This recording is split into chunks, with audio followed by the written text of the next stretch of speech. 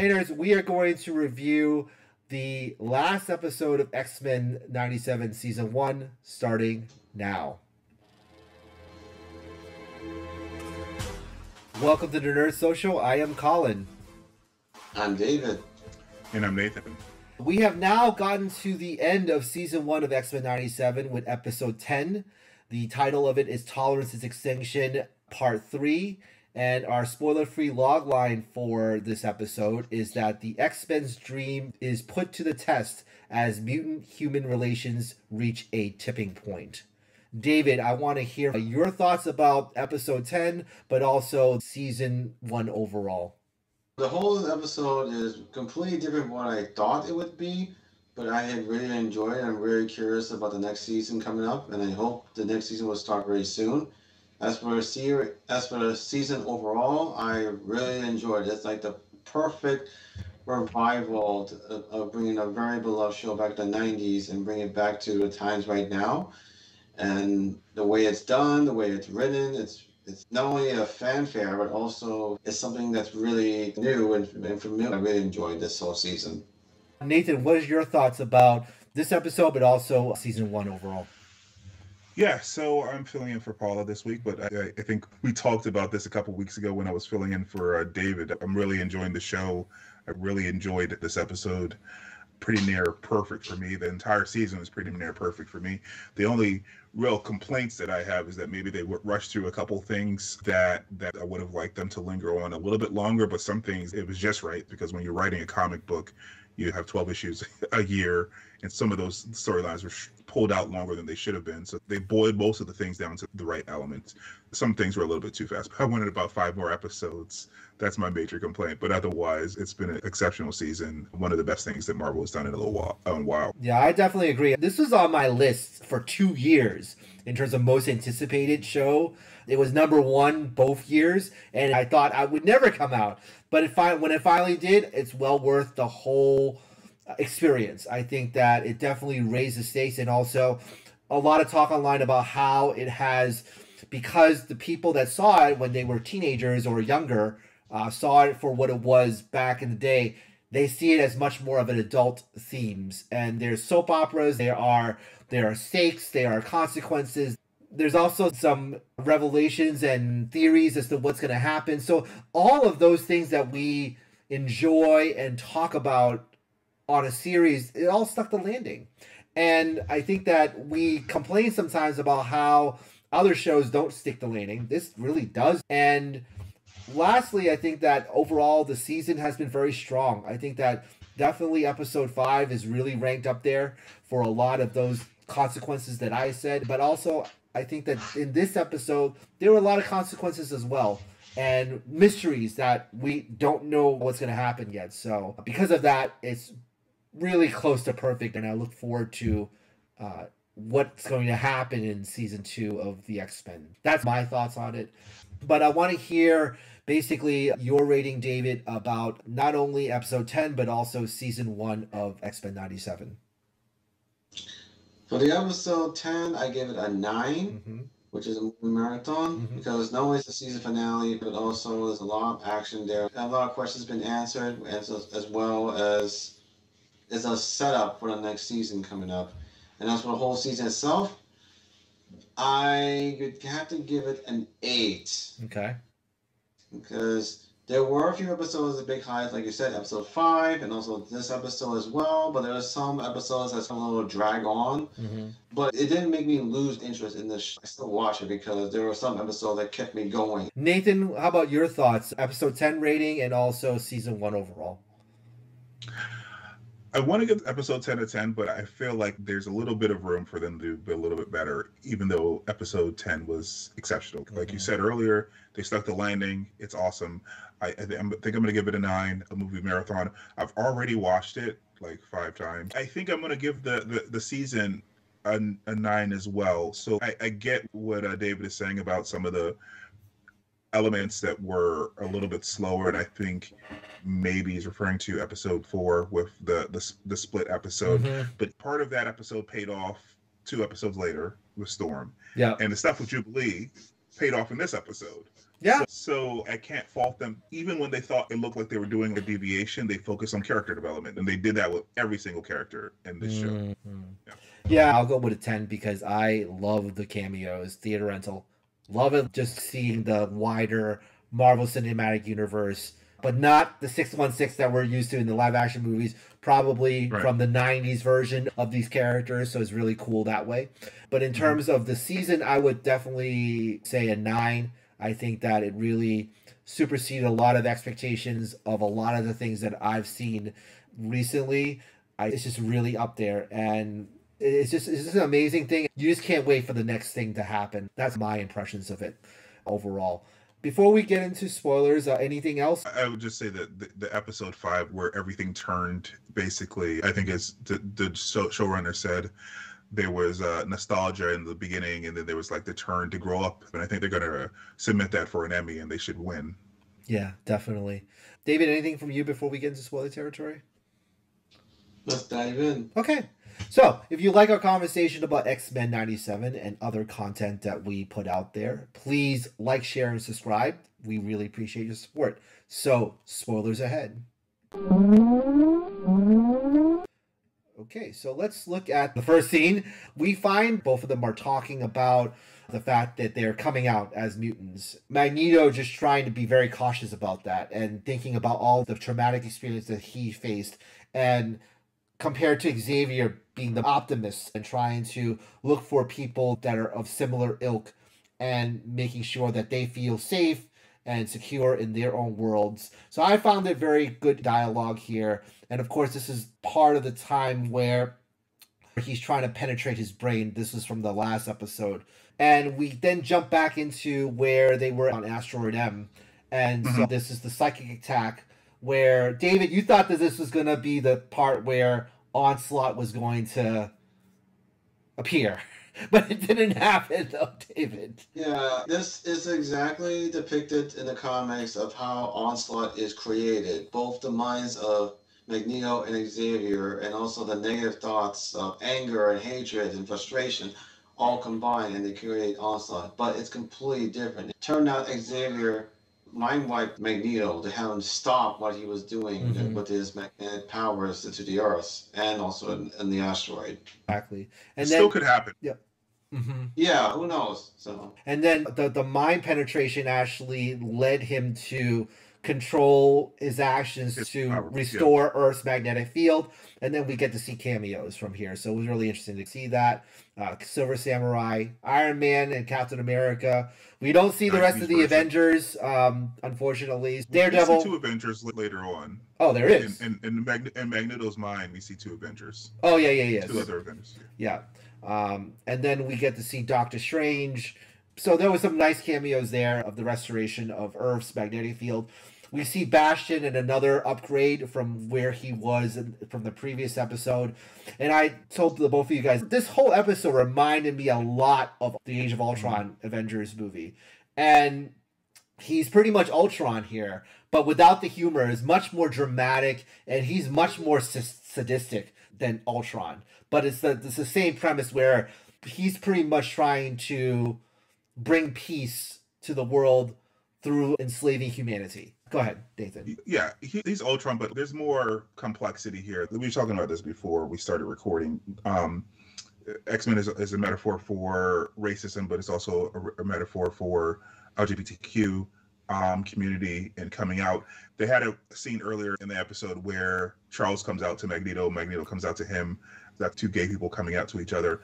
But Bash reminds me of a self-hating gay person. And some self-hatred sometimes means that you do the most terrible things to your community. And you get to that point all the way at the end of the episode where he's always talking about the mutants by saying you people or muties. And then he gets to the point where he actually accepts himself and he says they don't want us. They'd rather we not be born. So he grouped himself in with the mutants. So that was a very sophisticated thing for a cartoon. Even though it has corny cartoon dialogue sometimes, Marvel movies rarely get that complicated or sophisticated. Yeah, I think you're definitely right on point with that. And I think when you kept saying that, it kept reminding me of a couple of politicians in our presidential election that are similar to Bastion here. Yeah. They will not be named in this recording. But in any case, this is where Storm was trying to appeal to Bastion's humanity. And this is where you were talking about, Nathan, where they're trying to make sure that he's still a part of them, and they're trying to integrate him to the mutant cause. But he's just saying, nope, I'm not going to do that. Go ahead, Nathan. This is also where we hear that his mother lied to him and said that the professor rejected him and didn't want him to be part of the mutants. Again, if you read into the creator of the show is queer, you read into it, he's also talking about sometimes parents and then how terrible they can be about not accepting their children. But that's a theme that repeats itself throughout X-Men, because when Beau DeMayo was a child back in the 90s when the show was on, we had a scene very similar to that with Rogue and her father. Exactly. Not accepting her.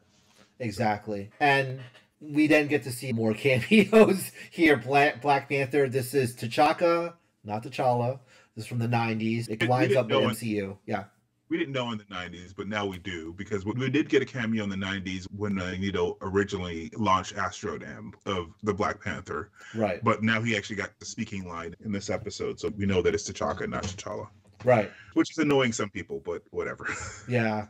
We also get to see Cloak and Dagger, which was a brief Marvel live-action show. I think it was on Freeform. We also see some characters from the original series, Dark Star and Omega Red. Crimson Dynamo, I don't know if Crimson Dynamo was in the original series. I don't know that he was either. I watched the entire series just before the show came out. I don't remember him being in the show. He was never seen in the original series before. If he was shown in the show, he might have been shown in a flashback. Mm-hmm. Just like this show, the original show did a bunch of cameos to fill out the world so that the world seemed larger than just the X-Men. He just might have been a cameo in the background. Like, they had the Hulk in the original show, but they never named him the Hulk. And then we get to see the Phoenix Force rising. And David and I and Paula speculated last week whether or not Jean Grey was going to die. And I think, David, you hit the nail on the head, or was it Paula that said, no, she will come back as Phoenix, and she still has that power in her. Lo and behold, the power comes back, and she sucks the life out of Sinister. And we mentioned the fact before this is online, where I posted this on my social media, that Morph being petty, so funny. I've seen it multiple times, and every single time he has the groan, I just laugh out loud. Whoever was the voice actor did a very good groan there. It was really well done. Yeah, I'm glad that Morph got their revenge by messing with Sinister. Yeah. Because Sinister definitely messed with them for an entire season and a half. Yeah, so. Exactly. We also get to see more cameos. This is Alpha Flight with Psylocke. But we didn't get to see Vindicator, which is weird, because Vindicator was in the original series. Yeah, he was a dick in the So this is the wider shot of the Phoenix coming out. We saw how she basically put that collar on Bastion, and then we get to see another upgrade. This is when he took off Cable's arm, and then I don't know how that worked. How did that work? So the Cable's arm is not a cybernetic implant. It is the techno-organic virus taking over his body. The reason that he doesn't use his psychic ability is because he's using his psychic ability to stop this techno-organic virus from taking over his entire body. So that is what Bastion absorbed. Okay. Yeah. Yeah, and also, as Cable mentioned in the previous episode, how Bastion created Fire Sentinels is very closely similar of the technovirus he has, except this one's more advanced. Okay. Which is how Bastion took off Cable's arm, reformatted it, and used it to repair himself to this form. Which, by the way, this form is a nod from the comic book Second Coming back in 1996, I believe. Mm-hmm. So, which is nice to see, because they loosely grab pieces from well-known comic arcs, so that way we people can recognize, but not the whole thing. So, and now we're back into Magneto's mind. Such. And this is the amnesia part. This part where he's trying to find himself. It's very funny that Xavier say, "Oh, I'm a teacher," and then that's it. Let's keep moving along and try to. He's trying to ease him into his memories. He's trying to help him slowly rebuild and actually go through his past. Yeah. And then we also get to see a cutscene of Bastion. This is when Bastion left the Earth trying to attack Asteroid to try to destroy it. And do the same move that Ultron did in Avengers: Age of Ultron. Basically, extension event. This is what I was talking about earlier when I said there wasn't just action for action's sake. I was waiting for Rogue to get her hands on Bastion, and it did disappoint. She let loose with her full force. Did some Hulk moves. Yep. Hulk slap. Yep. Yeah, that was pretty cool stuff. Yeah. Also put a line. They also put a line of what Gambit says. Yep. His name was Gambit. Remember it. Yeah. And then Rogue smash. Yeah, that was pretty cool. Definitely pretty cool. Yeah. And this is what you were mentioning, Nathan, about T'Chaka. I think that's basically saying don't proceed with the Magneto protocols. And so this is pretty cool. Even Captain America agree with him as well. And these are the very sly things, aka Ian. Yep, right here. Helen, Michael Fassbender, which makes no sense because the president wouldn't have redacted files. But you never know. But then we also see the more cameos. This is in Magneto's mind of Magneto's children and Rogue as well. So they're the other Avengers. Although in the original series, Quicksilver was on X Factor. He wasn't part of the Avengers, so maybe they aren't Avengers yet.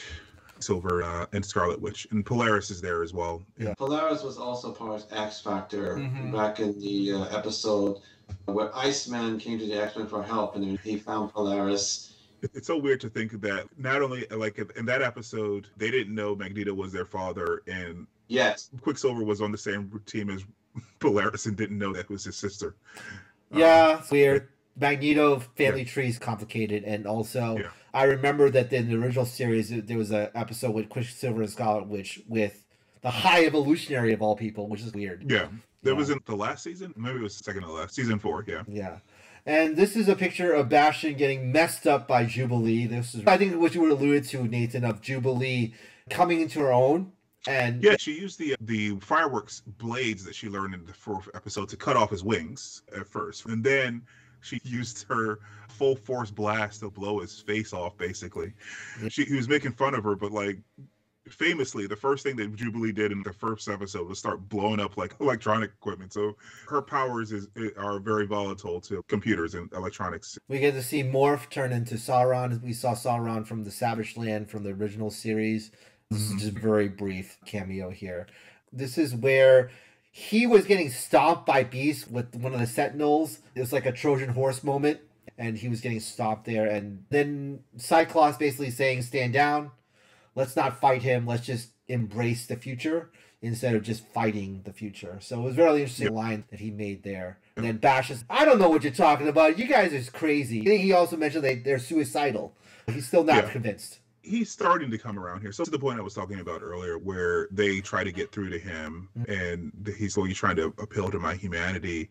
And he said something along the line of humanity will be taken over by you people. And Jean says humans are having children every day, and more of them are like us. Right. And then he says, when he sees the missiles, they would rather die than have children like us. So that's when he claims himself as a mutant. Like I said, self-hating mutant. Yeah, definitely there. And we also see another Morph cameo of Mr. Fantastic. This was a very touching scene. This was where Cable was sitting in a diner that was blown up, and so Jean and Cyclops communicated telepathically. The male's diner. Yeah, communicated telepathically to Cable, just speaking to him about the adventures and how he felt abandoned by his parents. And you saw a little bit of this before where they're trying to reconnect with each other. There was some frosty tension between the three. Now they're coming to terms that, hey, we're a family. We want to be together at the very end. And it was very touching overall, I say, to the whole experience here. And almost made me cry. Yeah, definitely. Definitely. This was very good here. David, you want to speak to this cameo here? In case everyone knows, this is the 1994 Spider-Man animated series where Peter Parker and Mary Jane were witnessing what's happening with Asteroid M. But it also confirms one thing, because in the series finale of the 1994 Spider-Man animated adventures, Peter had the multiverse arc. And at the end of the episode, Madam Web rewarded Peter for his actions by finding the real Mary Jane. So seeing them two here confirms that they found Mary Jane and brought her back into this Earth here. So it was a nice cameo to see Right. for the both of them and give that answer. That's like, did they find Mary Jane or did they like just left it off like that? So now I don't even know if they're going to try to revisit that with Disney Plus. Maybe not. Yeah. I was looking up the timelines here. It doesn't quite match up, but it's fine. Because I mean, the Spider Wars ended in January 31st, 1998, and the show is 1997. But it's fine. People got some closure. And then this is also a very touching scene. We didn't see Wolverine that much because he was recovering from his wounds from the last episode. Cyclops saying to him at first, "Don't you dare die," because break her heart. You'll break her heart. Yep. And then Morph here saying that "I love you, Logan," using Jean's body, which was really interesting. Nathan, you said there was more than that. It's just confessing his unrequited love, and it's not even my thinking. It's the former showrunner confirmed that it was Morph expressing their romantic feelings in Logan, and Logan has feelings for Morph as well as just friendly feelings. So hopefully Morph will find someone who reciprocates their feelings in season 2. Maybe it'll be Iceman, because we saw Iceman at the end of the episode. I would have to point out one thing it did not show in this scene is that the scene that we saw the adamantium removed, like completely removed. So, in the comics in Fatal Attraction in 1993, when the removal of the adamantium is done, it reveals Logan's true mutation, where he becomes feral. So I guess where in his state right now is where his healing factor is set to overdrive, which is why he's not conscious, he's not moving. That's what happened in the comic book. He was just lying there. He comes feral, he has the bone claws, but also his healing factor burns out for a while, trying to save his life right now, so he can't heal anymore or heal like the same way for a little while anyway. So so we don't know, maybe next season we'll see him as feral Wolverine, so we'll see what happens. We don't really see him at the end of the episode, so that's a question to be answered. So right. And then we get to see this brotherly camaraderie between Magneto and Xavier here. Magneto realizing, oh, I am Eric Lensher and you are Charles Xavier. So this realization starts to come right before the cold water drowning them. And then he is reborn into this figure and basically saved all the rest of the X-Men and all the rest of humanity from total destruction of the asteroid. So it was really interesting to kind of see that. They slow it a bit, like giving them time to actually get out of here. Jean Grey, Storm, and Rogue try to slow it down. Also, Cyclops, he tries to break it up a bit, taking full octave blast. But they aren't able to actually slow it enough to stop it. So he has to come in and save the day. So I think that this was confusing at first but I had to rewatch it again. I think that Bastion attacked Asteroid M, and then the missiles didn't really make it any better. Go ahead. So he did attack it, but they were basically warding him off. What made the asteroid fall out of orbit was the gravity generator that was hit by a rocket. That was what Bastion was pulled into, and what Jean Grey was shielding the rest of the team from. And what they were telling Bastion to come and be saved by Jean Grey's shield, and he decided to kill himself instead. It was the Magneto protocol that made it fall, because that's how it was maintaining its orbit, with the gravity generator in the middle. They visited a couple times. We saw Bastion get bashed through, because he was going to hit it too, and then Rogue punched him out of the asteroid and onto the moon to beat him up before he was about to hit it. So. And then all of a sudden, Magneto again sprung back to life and then saved the world from total destruction, and it disappeared. Basically the whole thing disappeared. They disappeared from the ground, though. It looks like it blew up, but into wherever, and then jumped to 6 months later where Forge is trying to find out where everyone is. Nice kind of nod, David. You said to Days of Future Past. Right. The whole roster there is a call out to one of the comic book covers where it has every X-Men here is say dead or missing or AWOL or off-world. But we see some people there like the X-Men that fought in Asteroid M. It says missing, presumed dead. Cable's AWOL, as in he's probably missing. Off-world, as in we don't know where they are. So Sunspot and Jubilee are also AWOL. Pietro and his sister are off-world. We don't know where they are. And then all these other people are accounted for, which I think we're talking about. I want to see the first episode with just these people in the opening credits. That would be interesting. Yeah, exactly. And this is also the scene right before Bishop comes back into the present day and basically asking Forge to help him to find the missing and presumed dead X-Men all throughout time periods, and him saying that, oh, I have been through this before. So it's really interesting to have that big reveal there. We find that they were, as a viewer, split into 2 time periods. And this is one of those time periods, at least 2. So there's some background to her. I think David or Nathan, you said something about her. This is Rachel Summers. So in the Days of Futures Past timeline that Bishop fixed, Scott and Jean had a child, Rachel. She was able to survive the reset of the timeline. I forget how specifically. I can answer that. This Rachel Summers has no alternates because she's a time displaced Rachel Summers. There are alternate versions of her, but not if she goes back to the past, this will change. If she goes to the future, this will change. But no, this one is the same one. It's like a singularity. So she's time displaced.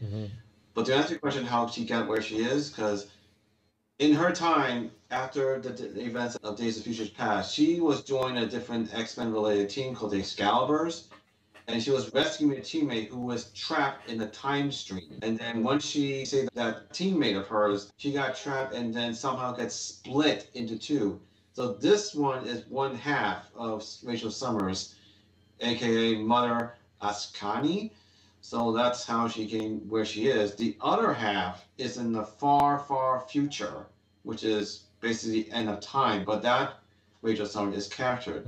So right now, Jean Grey did not know yet that this is their daughter from another time, which later on found out that there's a young Nathan, which would then explain of, which I think in the next season we'll learn about Cable's upbringing and maybe explain of why he split from Bishop when they traveled in the time stream, because where Bishop was at least 80 years into the future from the X-Men timeline, Cable was in the year 3,900 and something. Yeah.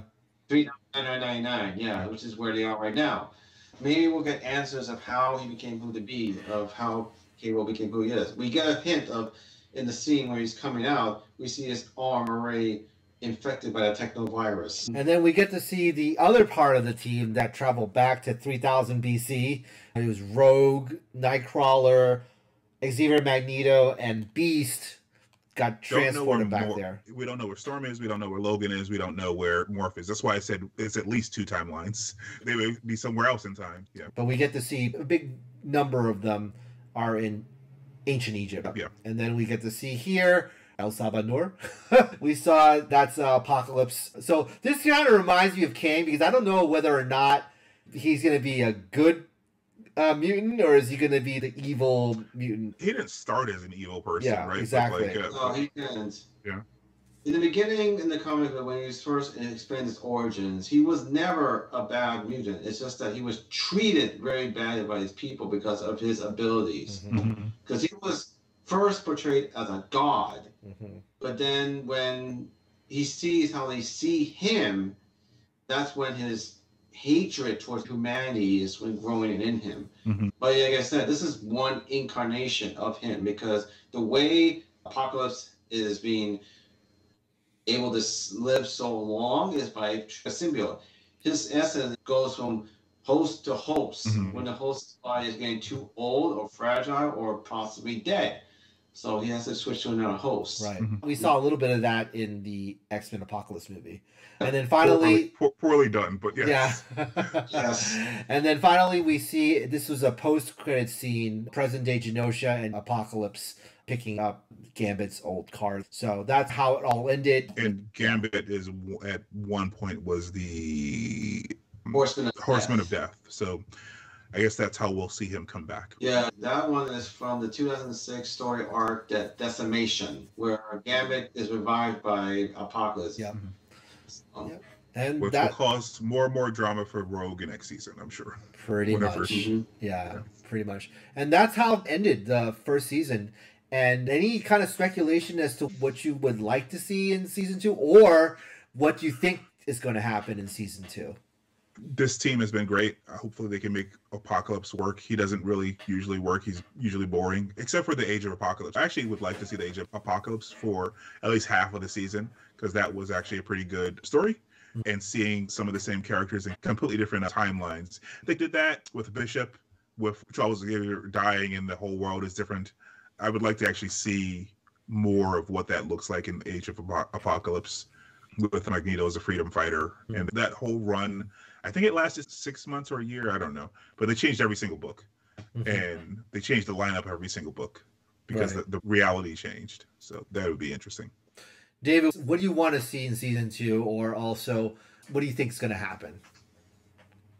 Like I said, the X-Men anime series, from the original to now, they pull important elements of every storyline up to date right now. So I have a feeling, since we saw the present day Apocalypse taking out Gambit's card, that lets us set up for the Decimation storyline, in the present day at least. But with this one here, is that the teams were split in different parts of time. And also, we get to see maybe the X Factor, basically an X-Men run by Forge. But I'm really curious to see if they guys still going to do Pharaoh Wolverine with the adamantium metal off him, or out of him, actually. So we'll see what happens. And also, there's one other thing. There is one character that I'm not sure he's going to show up. Maybe he might show up in the next season. Strife, who is Cable's clone. Maybe we're going to see Nathan's upbringing, because during his upbringing in the comic books, Rachel Summers made a clone of Cable, and that clone was stuck in the time stream, and hence became Strife. So we don't know what's going to happen, because like I said, this episode is completely different from what I expected it would be. But now we see Apocalypse, and we see that the X-Men team was split in different timelines. We don't know what storyline is going to be there. Besides, in the present day so far, it's going to be based on the Decimation comic book story arc. Okay. Any final thoughts before we wrap up X-Men 97? No? Okay. Looking forward to the new season as soon as possible. Yeah. Oh, yeah. Okay. That's our thoughts on X-Men 97. So we would like to hear from you about the season, but also episode 10. Please comment down below and subscribe to our content, and we will see you in the next one. All right. Have a good one, everybody.